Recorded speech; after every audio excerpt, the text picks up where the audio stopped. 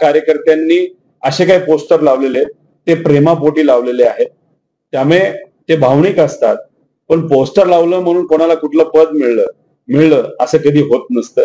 त्यासाठी कष्ट करावे लागतात. त्यामुळे महायुतीला हद्दपार करण्यासाठी आपल्या सगळ्यांना कष्ट करावे लागतील असं विचार करणारा मी कार्यकर्ता आहे.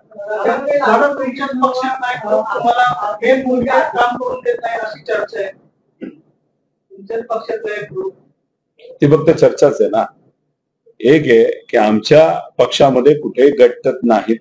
आम्ही सर्वजण एकत्रित आदरणीय पवार साहेबांच्या मार्गदर्शनाखाली महायुतीचं सरकार परत कसं येणार नाही यासाठी सर्वजण प्रयत्न करत आहोत. चर्चा अनेक असतात, त्या चर्चेवर आपण किती विश्वास ठेवायचा. त्यामुळे नुसत्या चर्चेवर विश्वास न ठेवता लोकांना काय पाहिजे याच्यावर आमचं खरं लक्ष आहे. ते सरकार तुम्ही म्हणता तसं की खिरापत वाटण्यामध्ये माहीर असणारं सरकार आहे.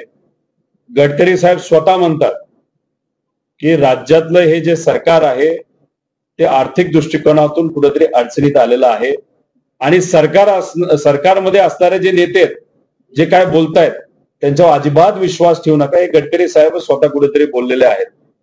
त्यामुळे हे जे काही अलोकेशन केलं जातंय त्याला निधी नाही. याच्यात 26,000 कोटी रुपये हे कॉन्ट्रॅक्टरचे प्रलंबित आहेत. म्हणजे पूर्वी झालेल्या कामाचे 26,000 कोटी प्रलंबित आहेत. आता नवीन जी कामं या सरकारने मंजूर केलेली आहेत त्याचं 1 रुपयाचं काम सुद्धा तिथं होणार नाही. हे फक्त गाजर दाखवण्याचं काम या सरकारच्या मदतीने तिथं केलं जातंय आणि फक्त खिरापती वाटल्या जात आहेत.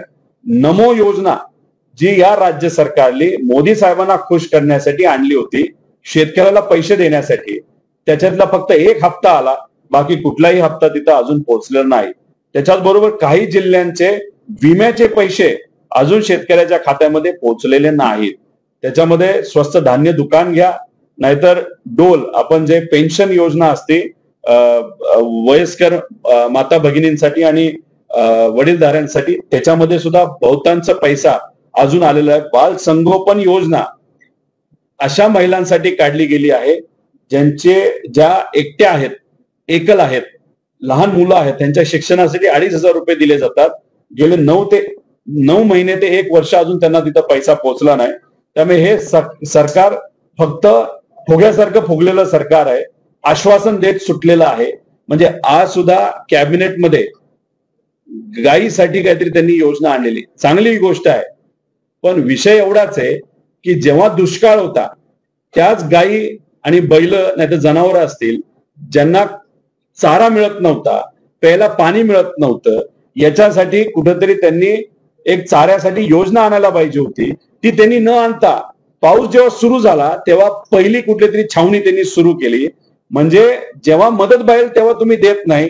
आता इलेक्शन डोळ्यासमोर ठेवून तुम्ही विविध फक्त काहीतरी कॅबिनेटमध्ये आम्ही निर्णय घेतला हे दाखवण्यासाठी जे काय तुम्ही करतात याच्यावर लोकांचा विश्वास आता राहिलेला नाही.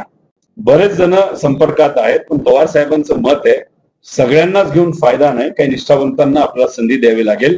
त्यामुळे आता पवार साहेब ठराविक लोकांचाच कदाचित विचार करतील आणि तो ठराविक आकडा जो आहे तो फार कमी असू शकतो. कारण ज्या लोकांनी विचार सोडला, ज्या लोकांनी साहेबांना सोडलं, ज्या लोकांनी महाराष्ट्र धर्म सोडून दिल्लीची चाकरी करण्याचा निर्णय घेतला, त्यांच्याबद्दल त्यांच्या मतदारसंघामध्ये अतिशय नकारात्मक वातावरण आहे. त्या लोकांना आपल्याकडे घेऊन राजकीय दृष्टिकोनातून तो निर्णय चुकू शकतो. त्यापेक्षा निष्ठावंतांना आपण पाठिंबा दिला तर लोक आपल्या बरोबर आहेतच. आणि ही भूमिका साहेबांची आणि महाविकास आघाडीची बघितल्यानंतर अजून जास्त सामान्य नागरिक नाही तर मतदार हे आपल्याकडे वळू शकतील असं कुठेतरी साहेबांचं मत झालेलं आहे. मी एवढं सांगेल की आता रणनीतीचा तो विषय झाला, त्यामुळे राजकीय काही गोष्टी बोलू शकतो आणि काही गोष्टी बोलता येत नाही. पण पुढच्या काही दिवसांमध्ये ज्या लोकांना तिकीट मिळतील, जे दादांकडे आहेत, आता जे आपल्याकडे येतात, आणि फक्त दादांचे नाही भाजपचे सुद्धा अनेक लोक संपर्कात आहेत. त्यामुळे कोणाला तिकीट मिळतंय, कसं मिळतंय याच्यावरून तुम्हाला अंदाज येईल की कोणाला संधी दिली. आणि ज्या लोकांना मिळत नाही त्यांचा विषय लोकच तिथं संपवणार आहेत लोकशाहीच्या माध्यमातून. मला असं कळालंय की कुठल्या तरी जिल्ह्यामध्ये पैशाचा अपव्यवहार हा लाडकी बहीण योजनेमध्ये झालेला आहे, नांदेड का कुठेतरी, ते थोडंसं आपल्याला बघावं लागेल. विषय एवढाच आहे की आमचा लाडकी बहीण योजनेला विरोध नाही, पण लाडकी बहीण योजनेचा वापर तुम्ही फक्त राजकारणासाठी करणार असाल, जो महायुतीतले सर्व नेते करत आहेत, आणि त्याच्यातला तर एक बहादर आमदार असं सुद्धा बोलला की आम्ही जुगाड केलाय लाडकी बहीण योजनेचा, कारण आम्हाला परत सत्तेत तिथे यायचंय. म्हणजे गरीबाला तुम्ही 1500 रुपये देता या महिलांना, आणि त्यांच्या गरिबीबद्दल तुम्ही काय उद्देशून बोलता की जुगाड केलाय फक्त सत्तेत येण्यासाठी. त्याचा अर्थ की सत्तेत आल्यानंतर ते येणार नाहीत, ते नक्कीच ती योजना बंद करतील. पण महाविकास आघाडी सरकार या योजनेमध्ये नक्कीच काहीतरी चांगले सकारात्मक बदल करून ही योजना बंद न करता त्याला अजून चांगली ताकद देतील.